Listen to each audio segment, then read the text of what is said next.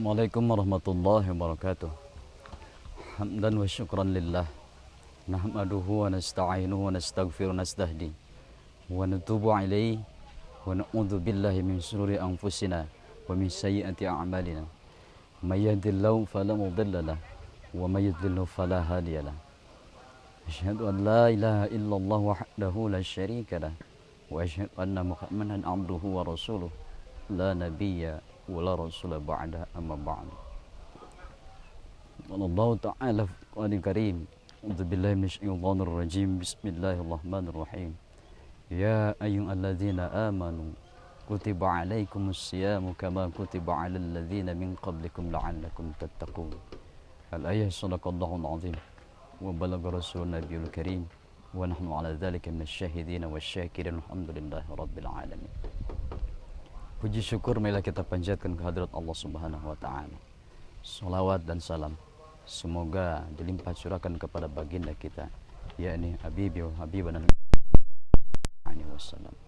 Tak lupa kepada keluarganya, para sahabatnya, para pengiringnya, juga sampai kepada kita umatnya.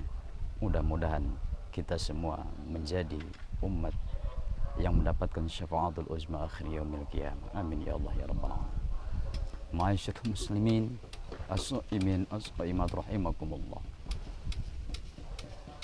Allah Subhanahu wa taala berfirman sebagaimana tadi dalam mukadimah disampaikan, ya ayyuhalladzina amanu kutiba 'alaikumus syiyam.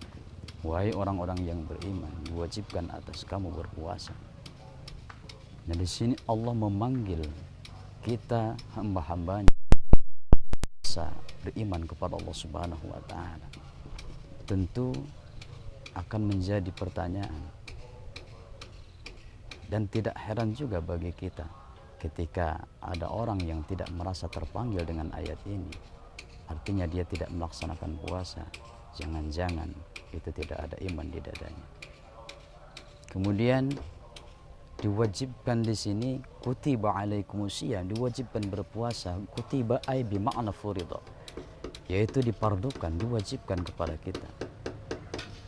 Jadi bagi seluruh kaum muslim itu wajib taat dan patuh untuk mengikuti kewajiban puasa Ramadan tersebut. Terkecuali ada orang-orang yang mendapatkan rukhsah ataupun keringanan dari Allah Subhanahu wa taala, yang kemudian orang-orang ini tidak apa-apa untuk meninggalkan puasanya. Manakah orang-orang tersebut? Yang pertama yaitu orang yang sakit. Faman kana minkum maridan, maka barang siapa di antara kalian ada yang sakit, au ala safarin fa'iddatun min ayyamin ukhra, atau sedang dalam bepergian, fa'iddatun min ayyamin ukhra, maka kita berkewajiban menggantinya di hari-hari yang lain. Yang pertama, golongan yang mendapatkan rukhsah yaitu orang yang sakit. Jika kemudian terdapat mudarat di dalamnya, jika dengan dia berpuasa akan bertambah sakitnya, atau mungkin menyebabkan dengan berpuasa dia bisa menyebabkan dengan kematian dan lain sebagainya. Nah, ini orang yang diperbolehkan untuk meninggalkan puasanya. Kemudian orang yang mendapatkan rukhsah untuk meninggalkan puasa yang kedua yaitu orang yang berpergian jauh, sejauh 80 km. Nah, ini golongan yang kedua ini tentunya dengan catatan ketika dia berpergian itu dalam keadaan pagi, yaitu pada waktu subuh. Ketika dia berangkat itu dalam keadaan berpuasa dulu. Kemudian ketika dia kuat, kehausan, dehidrasi dan lain sebagainya, barulah dia boleh untuk meninggalkan puasanya. Dan kemudian nanti bisa diganti di hari yang lain. Kemudian golongan yang ketiga yang mendapatkan rukhsah dari Allah Subhanahu wa taala untuk kemudian boleh meninggalkan puasanya yaitu orang yang sedang hamil atau sedang menyusui. Nah, ini jika kemudian di dalamnya terdapat mudarat juga. Jika dengan dia berpuasa, ibu ini berpuasa sementara dia sedang hamil, dia khawatir anak yang ada di dalam perutnya itu terganggu dengan kelangsungan kesehatannya dan lain sebagainya, maka ini boleh untuk meninggalkan puasanya. Kemudian Yang keempat, golongan orang yang mendapatkan rukhsah dari Allah Subhanahu wa taala untuk meninggalkan puasa, yaitu orang yang sudah lansia, orang yang sudah tua renta, yang dia kemudian tidak kuat lagi melaksanakan puasa.